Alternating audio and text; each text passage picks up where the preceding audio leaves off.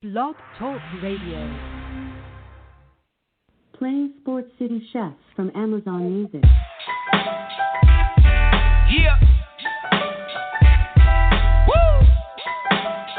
Let's go. Y'all need to sit back, listen, enjoy the vibe. Sip something, light it up, enjoy the ride. Cause the Sports City Chefs is on tonight. In the kitchen cooking up, they on the rise. Sports City, chefs, Sports City, chefs, Sports City, chefs, Sports City, chefs. Yes, Lord, we got a brand new president. Joe Biden, we riding, I pray you heaven sent. Word from the wise, my people stay ahead of me. I've been relevant, trying to survive the elements. It ain't no love in these streets, these dudes telling it. Case go from cold to hot, safe evidence. Kaboom, Sports City Chefs is in the room. Cooking up hot topics to put up on your spoon. They well in tune, blown like a flower in June. Superman vs. MF Doom, the clouds loom. So tell a friend it's the Sports City Chefs again. Pay attention, tune in, we on the set again. Sports City Chefs, Sports City Chefs, yeah. Cap, Taj. Connecticut. We are back in the building. It's your boy TP Tymeless at the helm. The call-in number is 929-477-2759. We got you locked and loaded for the next 60 minutes. You could have been anywhere else in the world, but you are here with Sports City. I have some new blood in the building. We have new chefs taking off. I have my two co-hosts calling in by way of like Michigan, but they're in Georgia, Indiana. But the first one I'll get to, I have Chris Barnett in the building. Chris, welcome to the tailgate. How are you feeling this morning? Hey, man, I'm good, Ty. I'm just happy to be here at the Sports City Chef. I can't wait to get what you're cooking, so I know you got some hot takes and some fire coming down the line. I want to thank everybody for coming on in here, especially DeShaun for reaching out. I think we got something good here. I'm going to go ahead and take it. And also, like he said, we have DeShaun Tate, a new member, new chef in the building. And Chris like made it tough for all of us loving guys, or at least Detroit Lions love. But we ain't talking no football today. But DeShaun, welcome to the tailgate. How are you feeling this morning? Man, I'm outstanding. Is that a trick question, man? We above ground. We got all the football stuff out of the way. I call it the stupid ball. We got the stupid ball out the way. Like, bro, I put this on social media. What's better than this? Okay, upset, buzzer beaters, mid-majors that just been itching and scratching and just waiting on the opportunity to be able to play on the big stage with the big boys and show people what they made of. The blue bloods have been struggling. This is just an uncharacteristic for the people who really, really love the football. Just try to imagine a college football season with no Alabama, with no Georgia, with no Clemson, and the list follows on. We ain't had to wait until March to get some madness. We've been getting it all season and really since last season. I'm happy to be here, and I love the intro. Connecticut, I love that, baby. That's what's up. That's hometown, man. That's home sweet home, man. I don't want to sound like I'm saying chick type, but I feel like Dorothy clicking my heels when I hear that, man. I'm home, you know what I'm saying? Especially here in this doggone kitchen trying to cook up some stuff. And I'm glad that you said what you said, because it's like my mother would always throw that out there. If you above ground, life is good. So I'm going to say amen to what you said. So I'm going to start right there with blue blood stuff, because I just can't, like, leave the hype behind. Like, I usually appetizer this thing out, throw out the easy stuff, and then go to the meat and potatoes. But I got to heighten this thing up because we simulcasting right now. We got NBA on CH in the building. We got people listening in that could chime in on either network here with Blog Talk or within CH as well. So I'm going to go right to it, because this is something that I love to talk about, but I don't really get to put my heart into it because so many people want to mix so many different sports here while I'm in the kitchen. So let's talk about the blue bloods, or better yet, the ones that are more notable, right? Talk about, like, Roy Williams that's struggling, or Coach K being Krzyzewski struggling, or Coach Cal struggling. Now, the crazy part about this is they get a lot of athletes coming from select areas or neighborhoods throughout the country, and they can't wait to make big dollars within their lives, which they worked on their whole lives to be there, right? But I don't know if I could really just say that they encourage the one and done, but now it's coming back to bite them because their universities are in trouble to go out there and compete on a yearly basis. So now is it more or less of a situation where they have to try and encourage these kids to try and get an education, which is more valuable than them hurrying up and going to get that contract signed? It's almost like they're being tugged and pulled in two different directions. I want to see how you guys feel about it, and I'll start with Coach Powell's situation first because he is the coach that literally is the one-and-done king. Like, everybody goes to Lexington, try to get it popping off in Rupp Arena, and then next thing you know, they're in the league. And he's been doing this since he's gotten to Kentucky. I can't even really just put my finger on one person or 1 year, but I'll let this one go around. DeShaun, I'll come to you first. Your thoughts on the coaches that are struggling as the Blue Bloods in the nation? All right, well, first of all, you left one out. And I want to find out, I guess, at some point if you guys even put him in the conversation, because I am by way of Michigan, obviously, and I'm a Sparty. So you can't leave Tom Izzo out of this conversation. Right. Because right. He's definitely he's in the top just 25 games today. Else. Right. Well, he's in the top 25 games, so I was going to attack him because he's playing Iowa today. So Iowa and Michigan State go at it. So I was going to let that, as in the games approach. But you can throw it in there. Okay, I'm just seeing how. I'm just checking the temperature on the eye on the oven. That's all. I'm just checking to see how you cook. Make sure. Okay, so that's in the fridge still marinating. Cool. So as far as Duke and K goes, like, yeah, I think it's obvious that it is a one and done issue. Ever since K essentially went and took a page out of the Calipari notebook, and he's paying for it. It's starting to look like this isn't the way anymore. Like, now it's starting to look like it's more about the complete teams. You look at the teams from top to bottom on the rosters that are at the top of the top 25, and they're more based around experience, veteran leadership teams, and things like that. So I guess I'm trying to understand exactly how you're formulating the question, like how much is the one and done really playing an effect on on what it is for these teams right now? Exactly. That's exactly how I'm looking at it. Yeah, I mean, look, okay, we can put it on one and done, but there's some one and done players on other teams as well. I mean, I think that's obvious. And some of those just clearly aren't doing as well, but we have certain set expectations for these particular programs.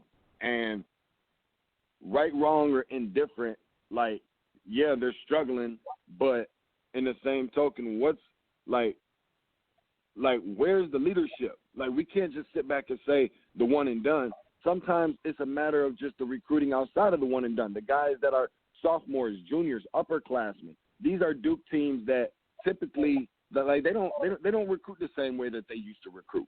They used to go after more of who we would be considering Duke players that aren't the Zions and so forth. He doesn't recruit anymore. It's more inner city kids than it used to be, particularly for a program like Duke. And I'm interested to see what it is from a Kentucky standpoint, particularly looking at Coach K, because we're also talking about a program that doesn't hang really like conference tournament banners and stuff like that, who only hangs national championship banners. So from that perspective, this is a institution that didn't even allow black players to play on their team, let alone want to play black players, and now that's all that they have. So a lot of that old money, a lot of that old Caucasian money and stuff like that is still deeply rooted and invested in that particular program. Are they fed up? Because what's the most important thing now? Is it really about winning national championships, or is it really about winning the recruiting battle? And I can only imagine how frustrated and flustered some of those diehard fans are.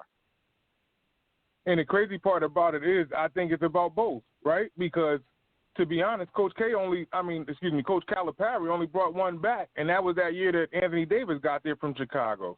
And it's like when he was in UMass, he had Marcus Camby and those guys. He went back and forth from being in Kentucky and Memphis, if I'm not mistaken. That was the school that he was with, and didn't really get things to turn around. Now he's the guy to go to because he's getting these guys those contracts because he's showcasing these guys. But especially looking at this year, he's lost some games to some teams that there's no way that these guys came to college and could think about getting smashed while these guys are mid-major or mid-level teams in the nation, and Kentucky's always been looked at as being one of those top 10, top 15 ranked teams. They're nowhere near the top 25 right now. And Coach K, the only way I look at Coach K, I know that Coach K can rebuild. It's like how history shows for Coach K. I feel like it could turn around easier for Coach K, but this situation for Kentucky has been continual. And last year, North Carolina struggled with Roy Williams, and he was up here already talking about giving up. Another name that I want to throw in here also is Bill Self out in Kansas, because Kansas is struggling. This is the first time that Kansas has been out of the top 25 since 2009. Like, that's a hellacious situation. And a lot of, the talent that he's brought in there has carried him. A lot of guys have come into Kansas and left also. But for Bill Self to only have one national championship, too, speaks volumes as well. Chris, your thoughts on what we've discussed thus far, your thoughts on the big-name coaches that are in the nation that are actually struggling out the blocks. All right. First, I want to welcome everybody here on Clubhouse as we're simulcasting the Sports City Chef program. Thank you. And if you want to come up, go ahead and raise your hand, and I'll bring you up as I can. I just ask that you have your mic on mute. If you do have something you want to add in, flash your mic. I know Sean flashed his mic, and I'm going to bring him in after I'm done. For me, as a Terrapin fan, a fan of Big East basketball, I grew up in a time where I had what I called the blue wall, and it extended from Connecticut all the way out to UCLA. Every team with blue seemed to always be dominant in recruiting, and no matter what conference they were in, you were guaranteed to see a blue team play, whether it was Duke, North Carolina, Kentucky, Kansas, UCLA, with some, spackles of the Florida Gators from time to time. Even Auburn had a couple of good teams.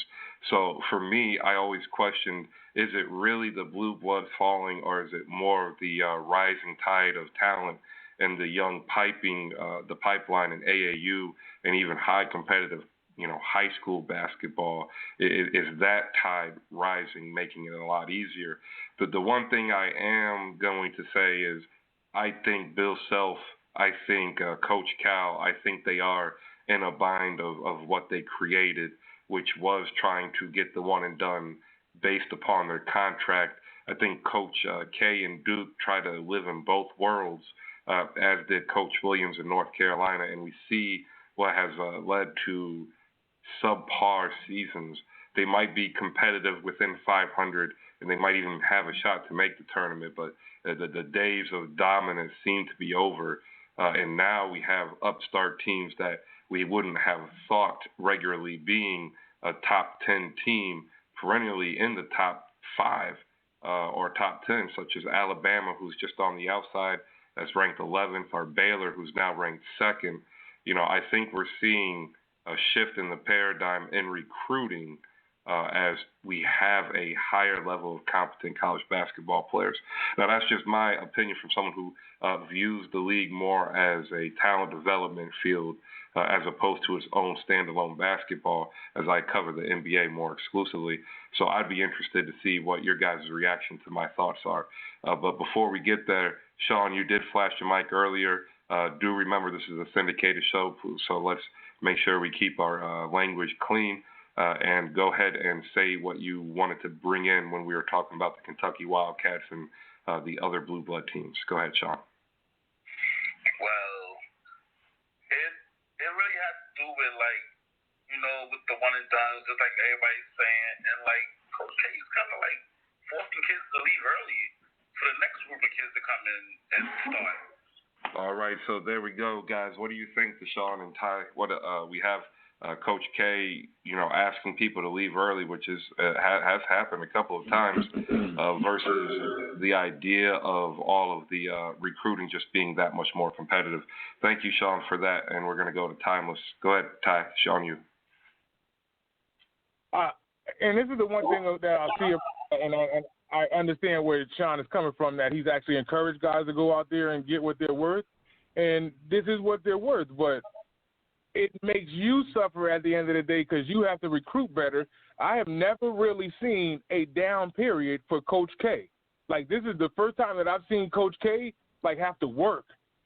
more or less he has so much talent that goes out there on the floor and they perform, they could outshoot people out of the gym by the 10-minute mark in the first half. It's always been like that, and they'll play those teams like the Citadel or something crazy, and they're up by 50 at halftime. It's like, yeah, we're not going to watch this game anymore. Now they're struggling up against the likes of Virginia Tech in Cameron Indoor, or losing to select teams like Clemson or things of that nature. Like this isn't the norm that you're normally used to a Duke team playing. Like, you're used to seeing Duke getting a tough game out of somebody. Like the last 7 minutes, they'll drown people out and they'll win those games. Now it's like, get your popcorn ready, because Duke could end up losing this thing, and it's like King Kong the Witch is dead. You know what I'm saying? So I'm happy that it's happening like that, but it's like, when do they get up? It's like you keep poking the bear, and the bear is actually dead now. It's not even like the bear is actually getting up to fight them back. It's like people being able to go out there and fight them. So it's interesting that Coach K is in this position. Like, he's actually encouraged guys like Zion and Bagley and notable others that have did the one and done and gotten into the league also. So if he can, I really feel strong that he will end up turning this thing around in a year. But right now, this is very interesting to see where they are at this point in time. DeShaun, your thoughts on what Sean presents with Coach K actually presenting it like he's actually alluding to guys going into the league early because they're worth the money that they're being presented with.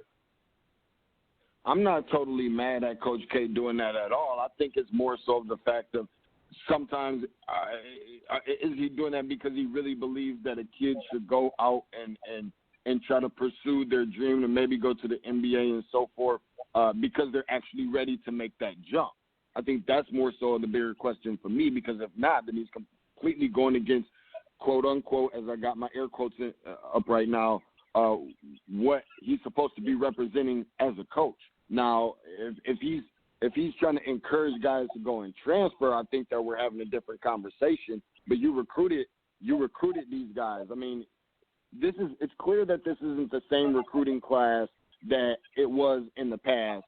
You don't have, the Marvin Bagley and Wendell Carter and Zion Williamson and RJ, but you don't have those guys walking through the door anymore.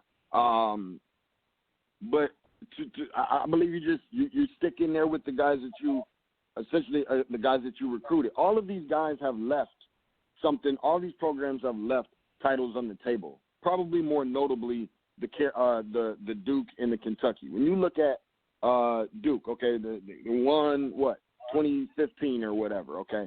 If I would have told you that Marvin Bagley, who was number 1 ranked overall coming in out of high school, that's number 1 overall, okay. Wendell Carter, number 1 power forward coming in. God, where was that on this? Because Trayvon Duval, number 1 point guard coming in. All of these guys, Zion, you name it, R.J. Barrett, Cam Reddish. If I would have told you all these guys would have left off campus, let alone forget about just winning a national championship, not even getting to a Final Four, you probably would have called me crazy for saying it. And then you start looking at the same way as far as Kentucky. Like, Kentucky's left so many. I mean, yeah, maybe the John Wall team in 2010, and then 2011 I think was like Brandon Knight or somebody like that, and then obviously the 38-0 2015 team, and the year after they won national championship in 13, they lost in the first round to Robert Morris in the NIT. Like, there's years that there's going to be bad years for every program. Now, particularly when you're talking about pushing guys out, I don't necessarily agree with that. You sitting down at the dinner table with these folks' parents and promising them these things, I think sometimes it goes back to that, exactly what it is that you're promising some of the parents and so forth. But the reality is that everybody's trying to get to the league. I just don't believe that you push guys out knowing that they're not going to be ready to make the next step. Because we saw that with DeJuan Wagner when he was, at Memphis under Coach Cal, and he was talking about maybe coming back. And Coach Cal said, no, there's no way that you're coming back here. Like, I'm not going to allow you to do that. And then shortly after, he went to the league, and then he ended up getting hurt, and he had a little bit of chunk of change to be able to provide for his family. So, and ended up right out of the league right after that. Like, so, and that's where, education is important, and I don't want to just be totally the advocate for education, but it's true. That's what set these guys back. Like, let them actually learn more of the game. These guys are fresh out of high school, And playing 1 year in college, yeah, you get the experience of that year in college, but going to the league, that's an animal that will eat a lot of these guys up. You're not running into too many Kevin Garnett's or too many Kobe Bryant's or LeBron Jameses that come straight from high school and do their thing. Like LaMelo Ball is a different talent right now, but like you're running or Carmelo Anthony getting his one and done in. But you get a lot of guys that do the one and done. Like these guys are fizzling. Like you don't even think about a lot of the products that have come one and done doing their thing in the league. Like look at Bagley right now. Like Bagley's struggling right now out west in Sacramento. Or R.J. Barrett is okay right now. He's doing his thing. Zion is a monster down there, but it's like specific talent that can do it. You can't just encourage guys that have come off in their universities, whether it's in North Carolina, Kentucky, Duke, that put up, 17 points a game, and they come into the league and end up being a 4-point spark off the bench somewhere. You know what I'm saying? So it's interesting, but where do you draw the line? And it's interesting that you say that, DeShaun, because they present this as a sales pitch to the parent.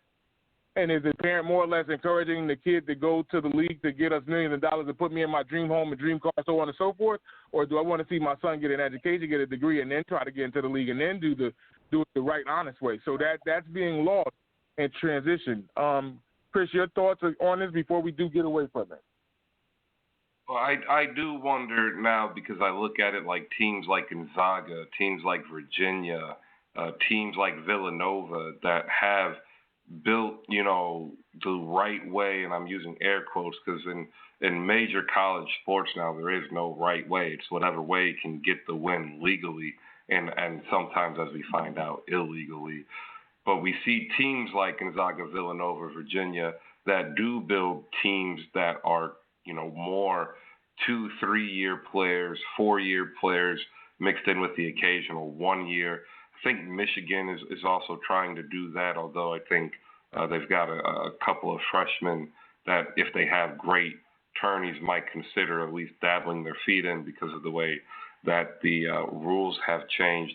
And then now I think also the lure of possible G League play, I think, overshadows a lot of the recruiting issues that I think some teams are facing. And I think that is a conversation that we aren't really having as of yet, the thought of being a direct professional. So it's real interesting. I definitely want to know what's wrong in Duke and Kentucky, because it doesn't really make sense to me that those coaches who have a track record of success are struggling.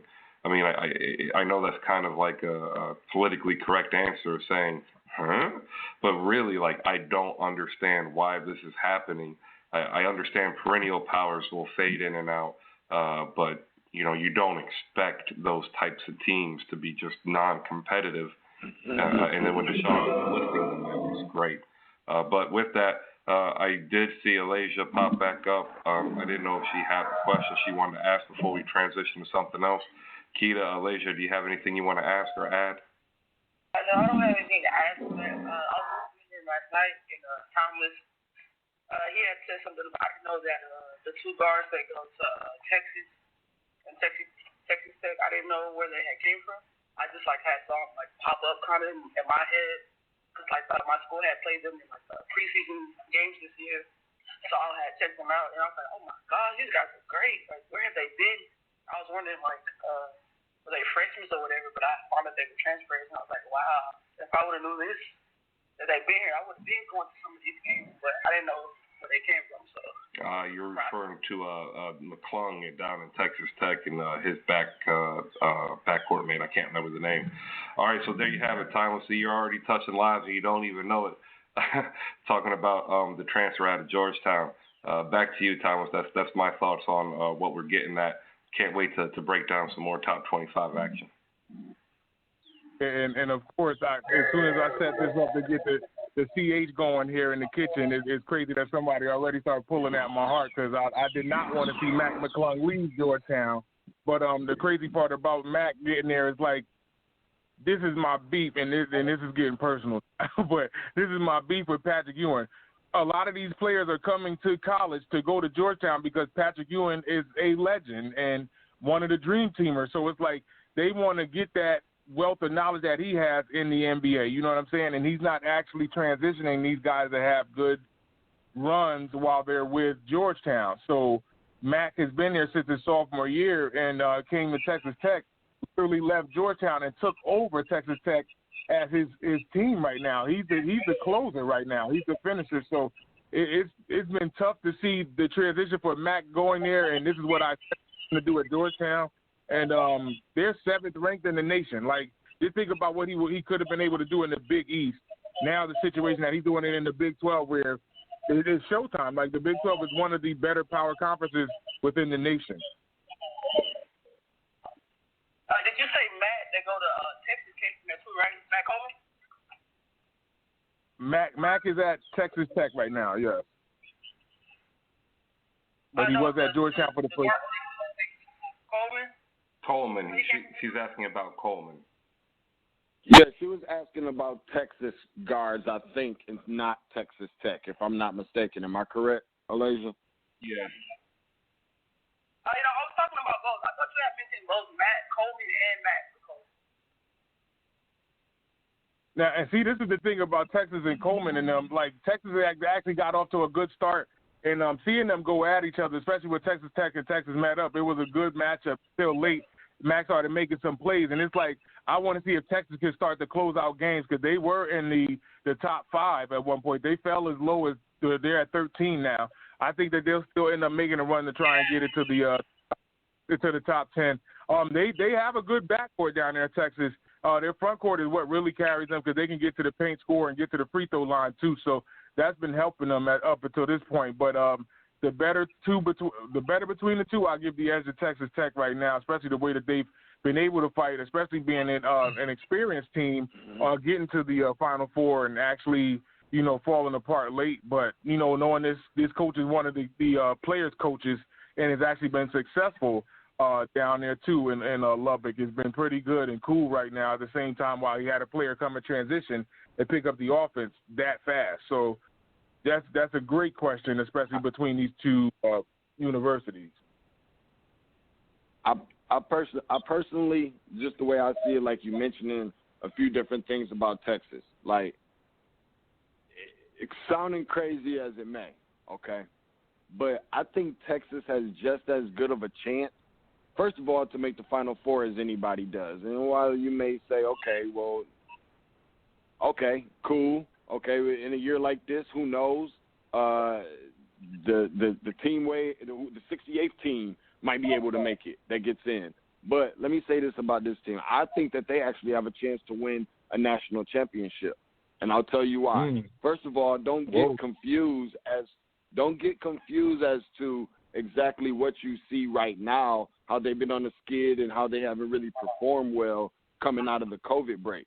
But they have literally, if you look at it, they have everything all across the board of what makes to be a national championship contender, and not just contender, but to win it all. They've got a very intelligent coach who's been on that big stage before. You run a 3-guard set, 3-guard offense between Coleman, Ramey, and Jones, and then so that's essentially what we see typically out of programs like probably Villanova or somebody like that.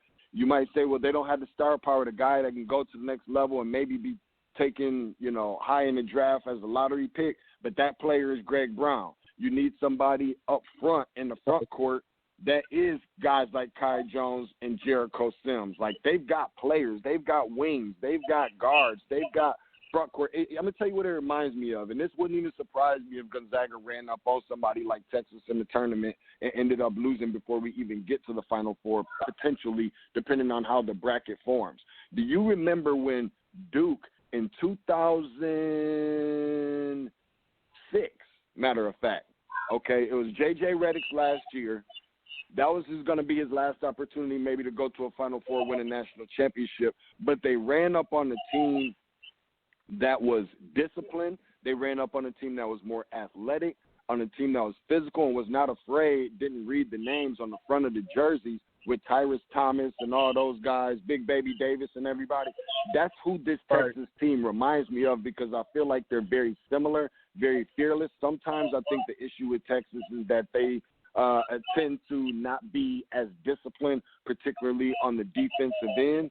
but I think that something like that is a matchup nightmare for somebody like Gonzaga. But no doubt are they in the conversation for winning a national championship. But I can't agree more when you start talking about like guys like Mac McClung and stuff like that. I mean, Chris Beard. I'm curious to see whenever one of these elite coaches, whether it be Kentucky, whether it be Michigan State, whether it be Duke or wherever, I can only imagine that somewhere close to the top of that list, you're going to find Chris Beard, who's very young coach, and he's relatable, something that I don't feel like Patrick Ewing was. And I think that's another reason why Juwan Howard is having some really good success, because he is that guy that's relatable. These kids don't know who Patrick Ewing is. He can't pick up the phone and call LeBron the same way Juwan Howard can. So those are just a couple of my takes, but I appreciate you, Elijah, for coming through with the question. And it's interesting because it makes me feel bad because I'm older. It's like I know who Patrick Ewing is, but a lot of these kids, like you said, don't. And it's like I have to have the patience of them learning more or reading up on, on these players and such. But it's interesting, to say the least. And just speaking on Greg Brown, one of the bigs that you talked about that's within the Texas organization, he is one of those good finishers. But I agree, they let a lot of scoring happen. They play lax on the perimeter and that let a lot of the stuff come to the paint and score too. Especially in that matchup where it was a marquee matchup being Texas Tech and Texas, where they had the lead late and fell apart with 7 points being scored within the last minute. Like, those defensive lapses are going to come back to bite them, especially within the tournament. Because I really feel Texas is going to be a team that's going to make it. But if they could push to get to an Elite Eight or a Final Four, these teams are going to pressure them. Just like you said, those buzzer beaters, those games where there's a late turnover and they throw the ball out of bounds, like, don't let this happen, because that's the same thing that happened in that Texas Tech game where they were able to get 2 steals and close the game out. So these are critical as we are basically sniffing the month of March. March is right around the corner. All right, we have a question from Sean, and I also want to welcome Gerald to the stage, who also has a party hat.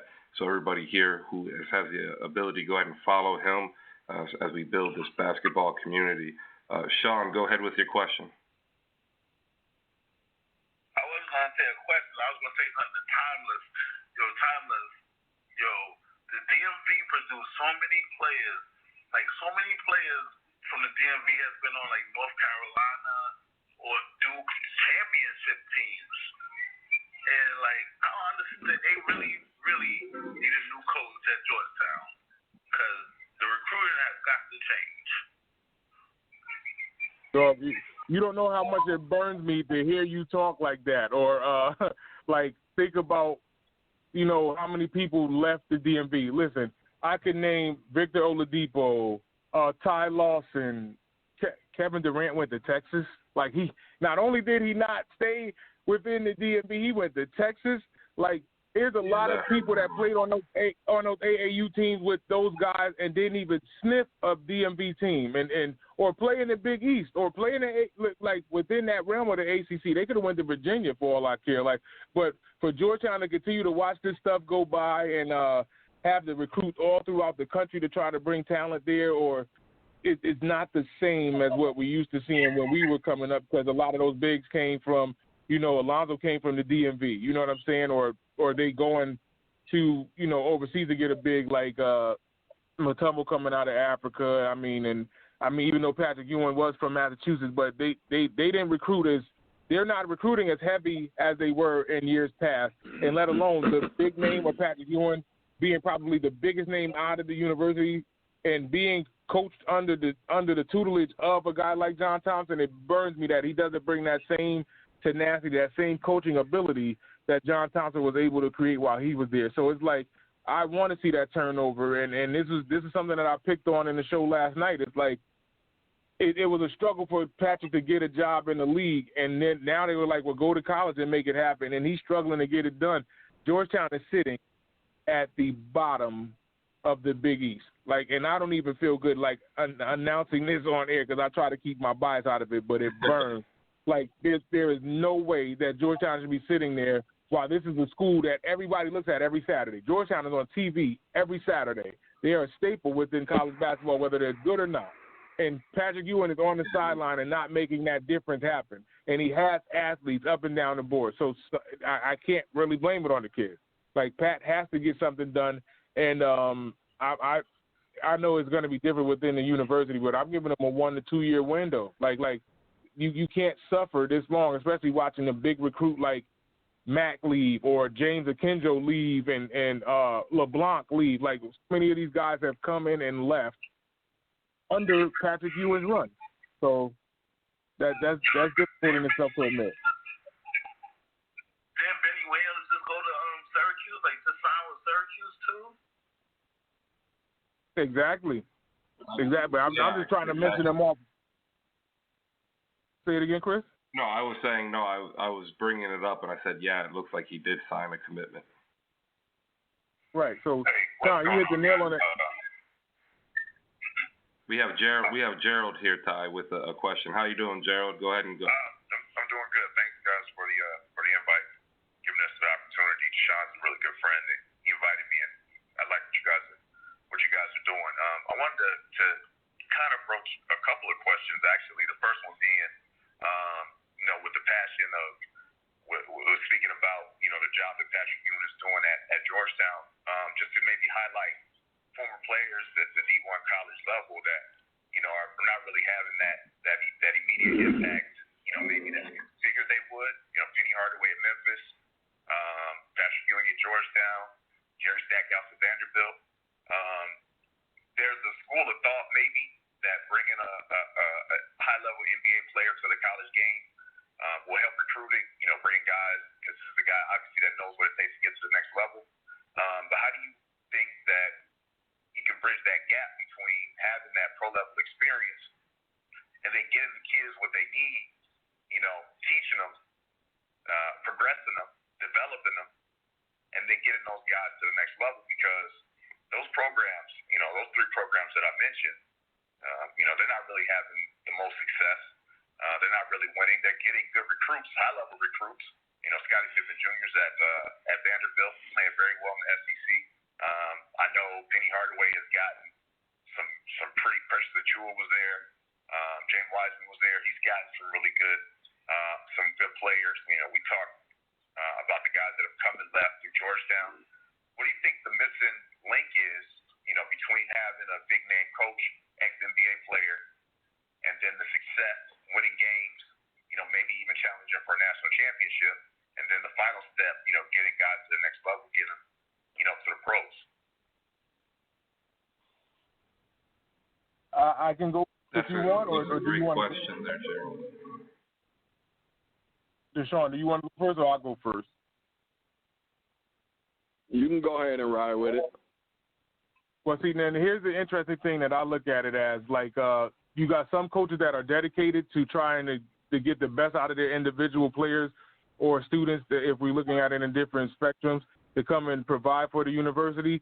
I think Penny has gotten the best out of his players in Memphis right now, and also looking at Juwan Howard, the way Juwan Howard was able to turn Michigan upside down and get these guys to be strongly relevant again, too. So, but like me looking at Patrick's situation or looking at Chris Mullin, like they got rid of Chris Mullin quickly out of St. John's. It did not work. You know what I'm saying? So I think it's more or less of a situation where these guys are digging into these players and trying to get the best of their ability. I really like the fact of point guards being coaches, because you really can't get the best out of a big at the head coaching position. Like, you don't really see that transition well. But like a guard that's always been the extension of the coach, kind of knows what's going to happen in the midst of a play. A lot of bigs try to force it and play inside-out type of basketball, so it's different.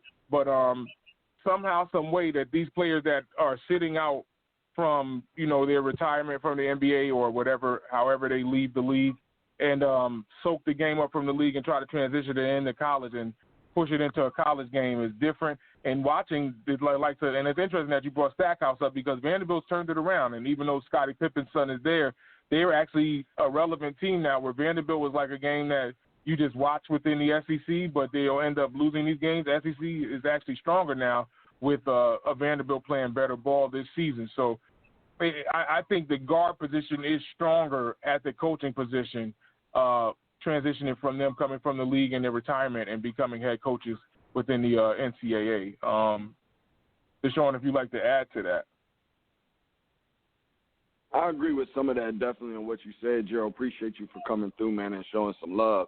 Like, perfect example when you start talking about head coaches from the guard position, and I was already thinking about this particular former player, now a current coach, and over at Pacific, and that's Damon Stoudemire.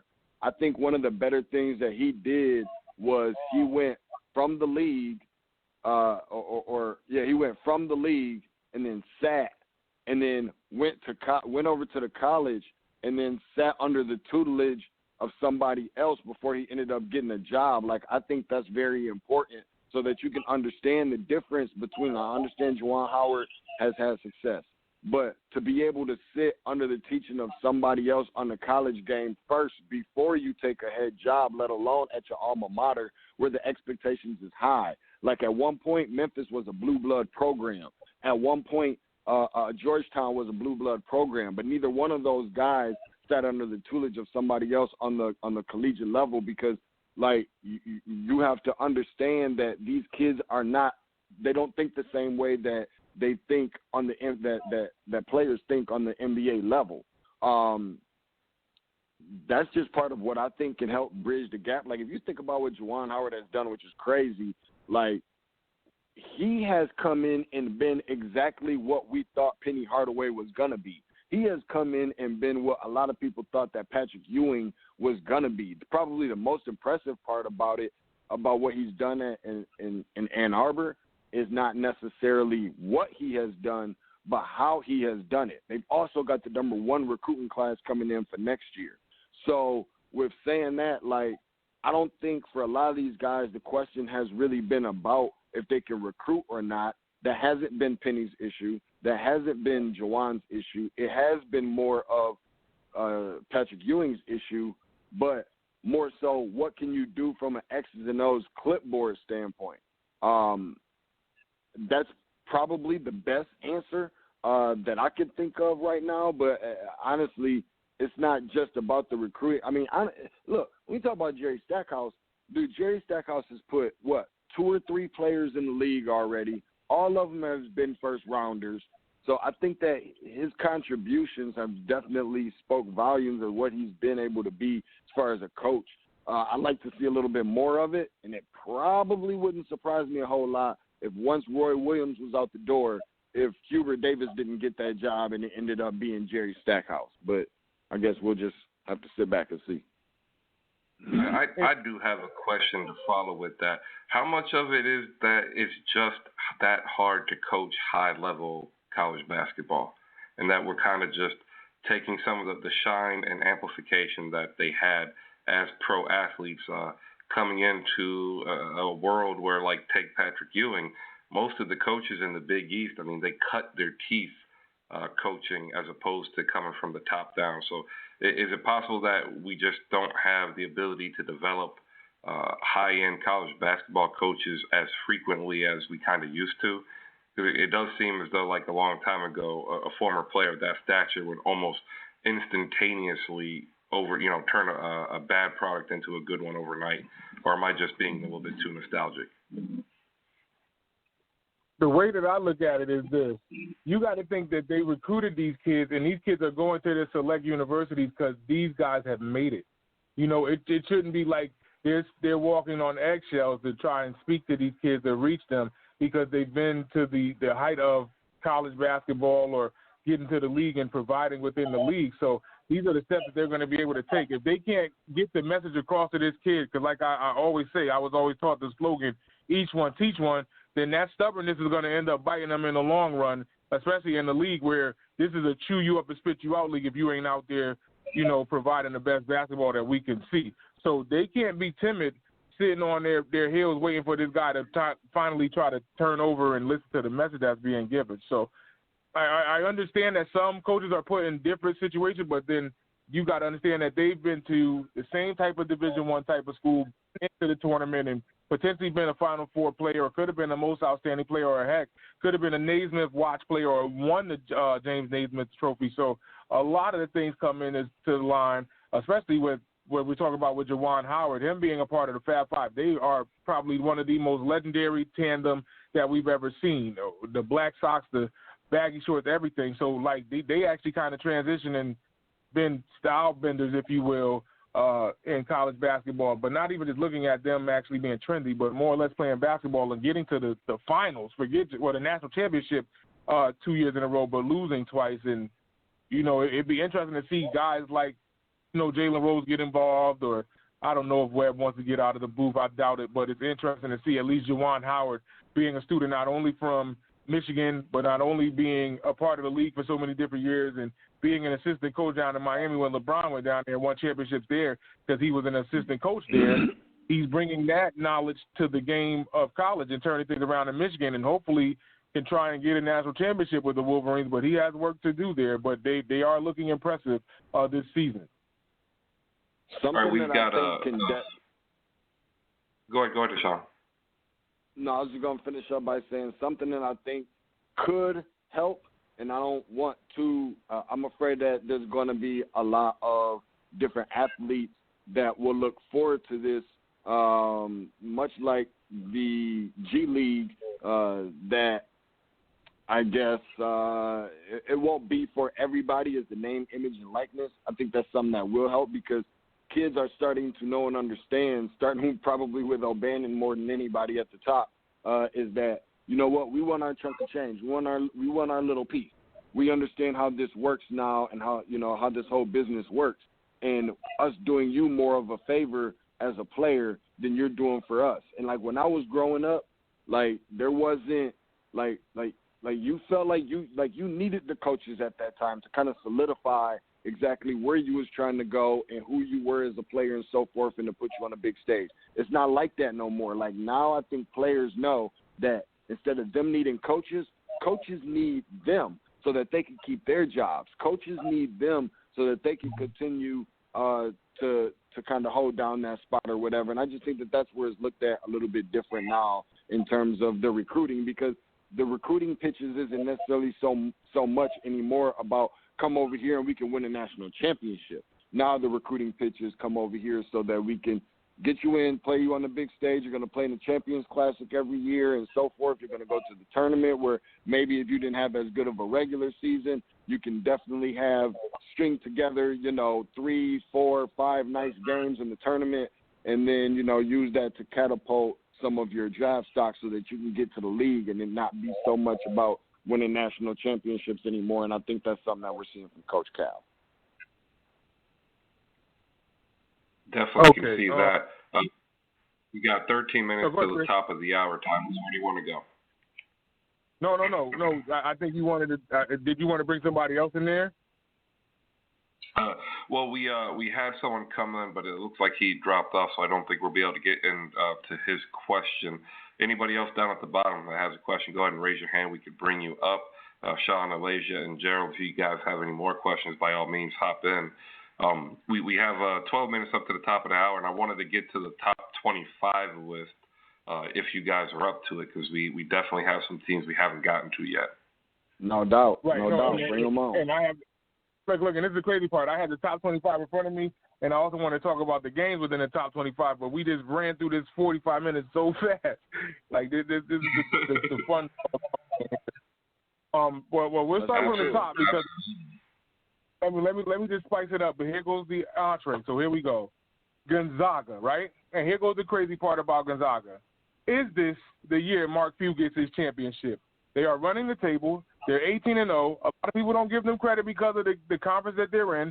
They always say that this is the conference that they run through, which it gets tougher for them at the end of the season and when they play the conference tournament, which they can end up losing one of those games, whether the end of the season or losing within the tournament.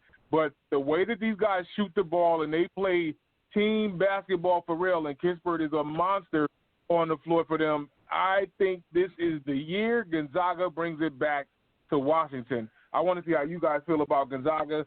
Baylor is an awesome team, too. They're running the table, too. I think that these two could potentially meet in a national championship. And like we spoke on with Michigan and with the job that Juwan Howard is doing, they're ranked third in the nation. And I think they've been listening to Sports City a lot on how much I used to talk so much junk about the Big Ten. The Big Ten has turned it around and has been actually throwing it my lap, except what DeShaun said about Coach Izzo. Coach Izzo always starts out strong, gets about 8 or 10 losses, makes the dance and makes it interesting while Michigan State gets there. But I want to see how you guys feel about how I threw out the Gonzaga situation, how you feel about Baylor this season also, and as well as like we just said with Michigan. How do you guys feel? I'll come to you first, DeShaun.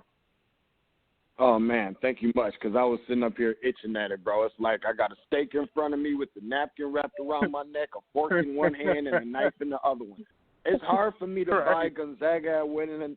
It's hard for me to buy Gonzaga winning a national championship right now. There's multiple reasons why. Like, they're going to run the table all the way till you get to the tournament. I'm not confident that they're going to win the national championship. However, I do understand that, for me, it's something that I just have to see. Is this their best team that they put on the floor? I don't know if it's necessarily their best team, but I do believe that it is their best chance to do it. Like, they haven't played any true road games versus above-average teams. That's something that I think can come back to haunt them.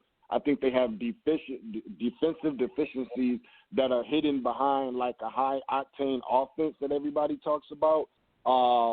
You know, they've got good players. I think Andrew Nembhard is probably an X factor for them. But, like, where I think that their issue is that one of the reasons why they haven't won a national championship, why I'm not confident they have, is that they have to kind of, like, reconstruct how they've gone about doing things. I say that because in the non-conference, they are a program that have realized that they had to beef up their non-conference a little bit more to get some of the respect.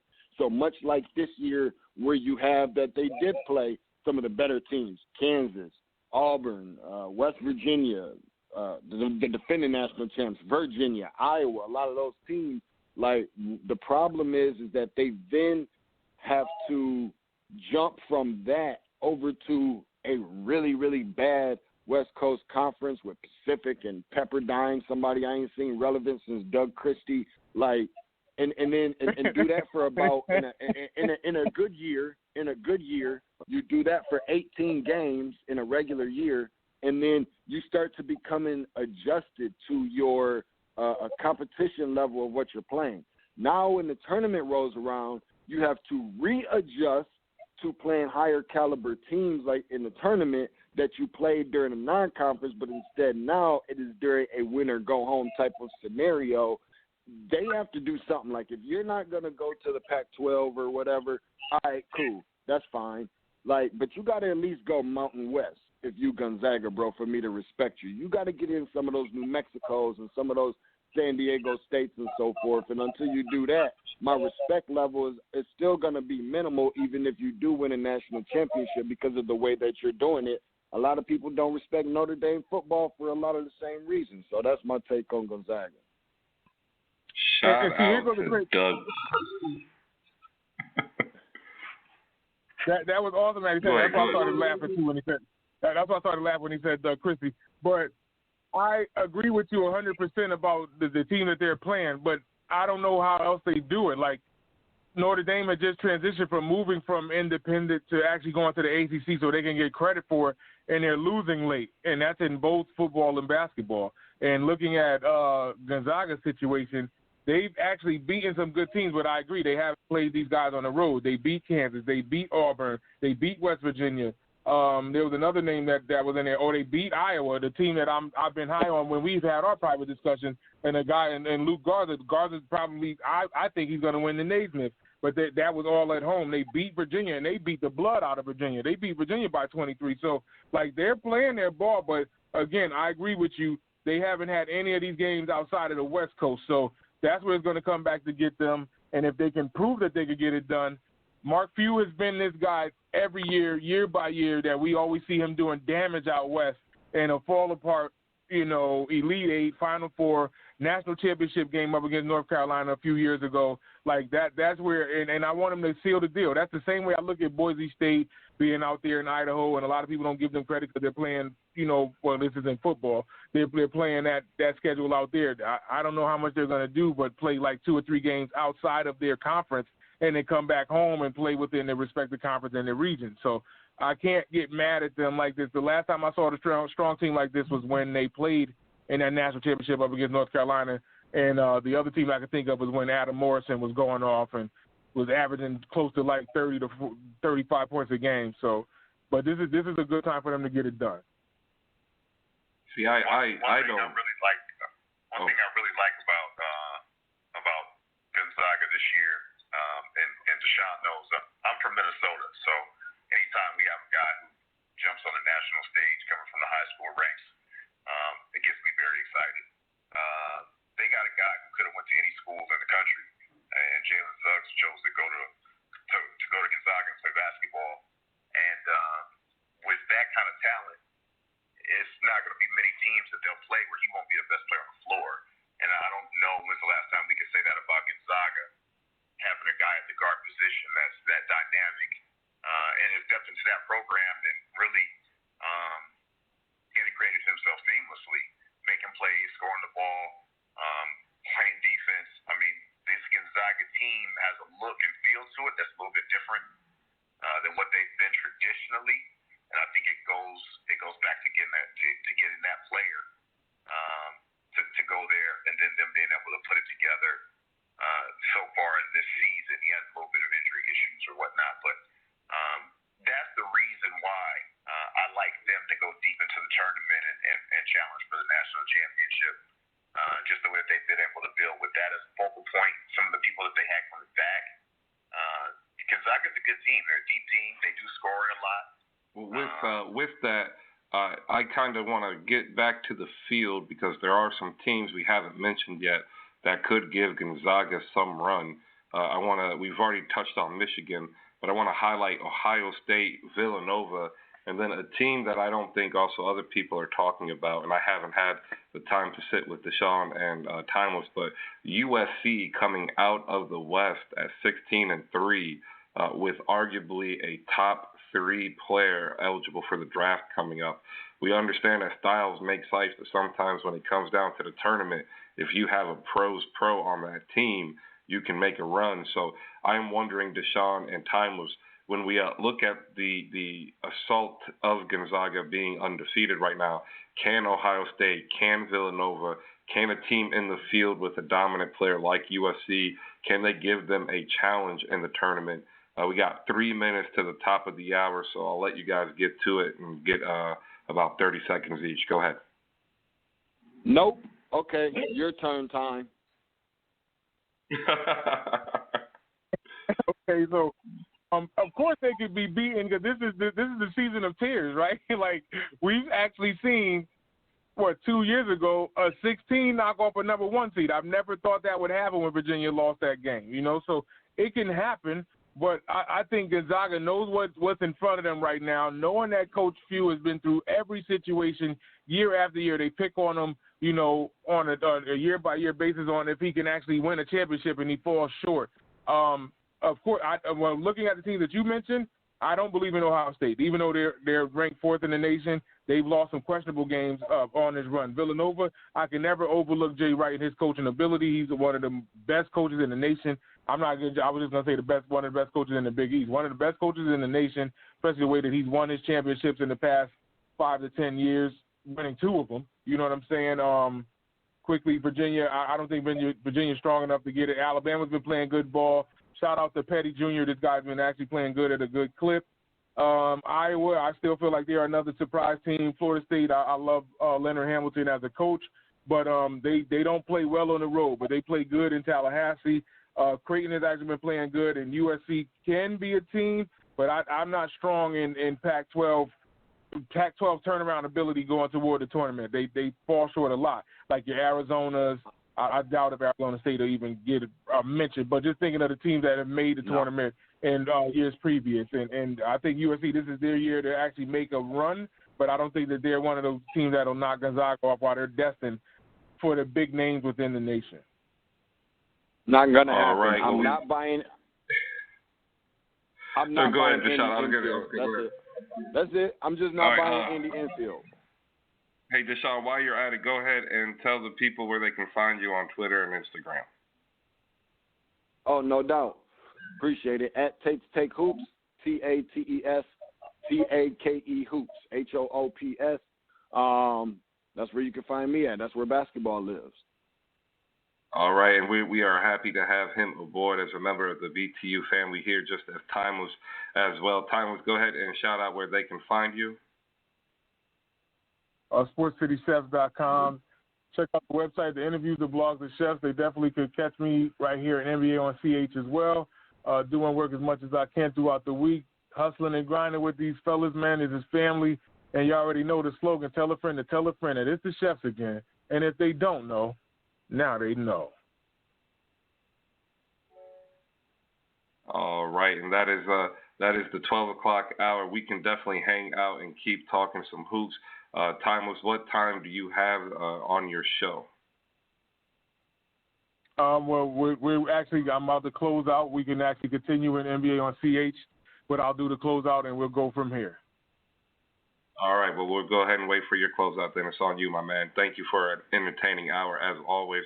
Ty, the Sports City Chef, it's on you, my man. Go ahead. Sports City, chef, Sports City, chef, Sports City, chef, Sports City, chef. Kaboom, Sports City chefs is in the room, cooking up hot topics to put up on your spoon. They well in tune, bloom like a flower in June. Superman versus MF Doom, the clouds loom. So tell a friend it's the Sports City chefs again. Pay attention, tune in, we on the set again. Sports City, chef, Sports City, chef. Yeah. Cabby, Taj. Connecticut.